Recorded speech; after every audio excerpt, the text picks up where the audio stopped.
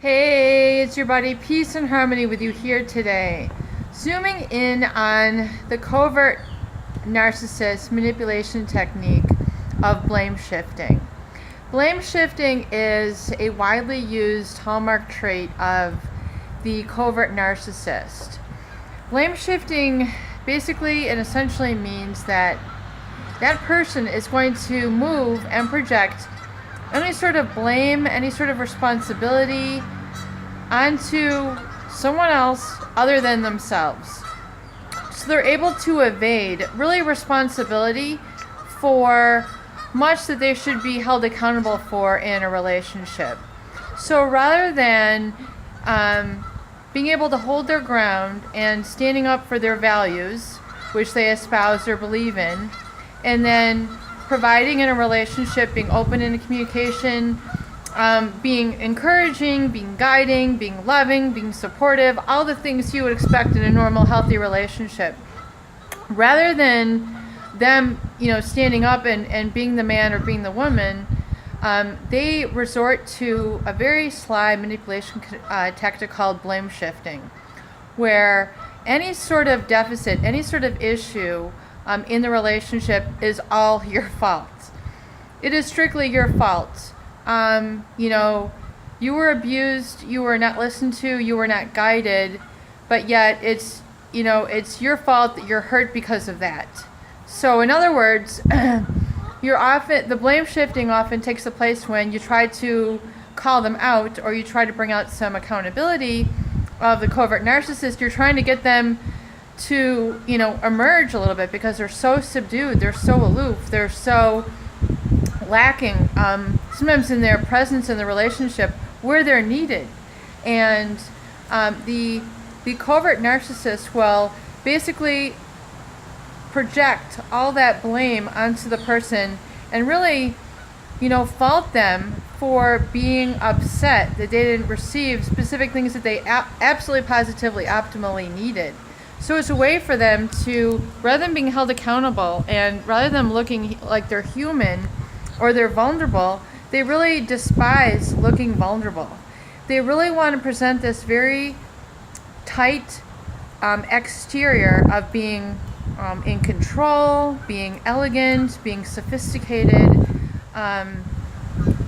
being in their A game, intelligent, whatever it is, really kind of that directing factor for that the covert narcissist. So if they really feel like they're sophisticated or very, the strong, silent provider type, I think of John Wayne Gacy, not John Wayne Gacy, but just like the Marlboro Man, or someone who is very stoic in character and doesn't ever want to show any vulnerability, just very rock solid, very strong, cannot be broken down, cannot be weathered, showing no vulnerability, no weakness, no human side. They work very hard to keep all that intact. And so if you're to call them out on that, rather than having them crumble and,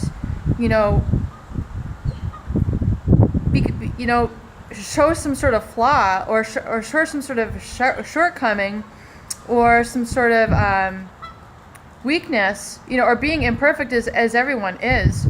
Everyone has, no one is perfect. But rather than them having that out there and having that imperfection discussed or aired out or acknowledged or worked through, they would rather not work through it. They would rather not deal with it. They would rather not confront it at all. They're going to look for the biggest rug to sweep it under. They're not going to enter into any confrontation or discussion about it. It's going to be your fault, no matter what. I mean, even though it's very obvious sometimes, that they're lacking in terms of their presence and the needs in the relationship, but they do not want to ever be called out on that. They get very embarrassed if you feel like you have found any shortcoming in their personality. They get very embarrassed if you feel like they haven't, portrayed themselves as like the ultimate ideal and They don't want to have any crack in the veneer. They don't want to have any crack in the armor. They don't want to have any chink in the armor. They get very embarrassed by that for some reason. It's just the very private kind of people that they are. Even though you would think, well, wouldn't it give you some relief to at least discuss this so we can come together? And we have to laugh at ourselves sometimes. I mean, it's human nature. No one is perfect. How can you even expect that? And if you're trying to live to somebody's perfect expectations, you're going to definitely be disappointed. And so that is one very strong additional covert manipulation technique, and that is using disappointment. The blame shifting with the disappointment together combined is going to be their manipulation tactic, their control tactic to elevate them.